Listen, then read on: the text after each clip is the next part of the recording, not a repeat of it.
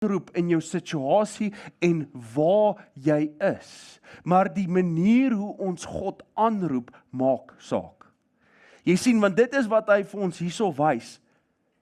Hy sê, terwyl hy God aanroep, dan sê hy nie, o Here, U is nêrens en U is nie lief vir my nie, en U, wat het ek verkeerd gedoen nie, en hoekom is U, nee, hy gaan nie in 'n mentaliteit in van bevraagteken nie, hy gaan in 'n gedagte en 'n gebed aan van wie God is. Hy herinner homself en hy in sy gebed, dan verklaar hy wie hy glo God is. Ek wil vir jou sê, hoeveel keer in jou storms het jy al gebid en nie net gevra, Here, dat U asseblief laat hierdie storm verbygaan nie, maar in jou storm gesê, Here, ek weet, U is die God wat storms stil maak. Ek dank U dat ek kan gerus wees by U. Dat hoe lyk jou gebed in daai storm? Is dit net 'n vraag of is dit ook 'n verklaring van wie jy glo God is? Ek wil vir jou sê dat terwyl jy jouself in die storm bevind en in die storms van jou lewe,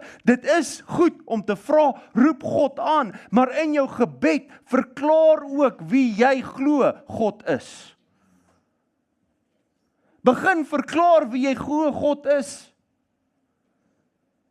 En weet jy wat, as jy die venster oopmaak, of die gordyn oopmaak, en die reën val neer, en die vloed styg op, na jy dit verklaar het, dan weet jy wat doen jy dan?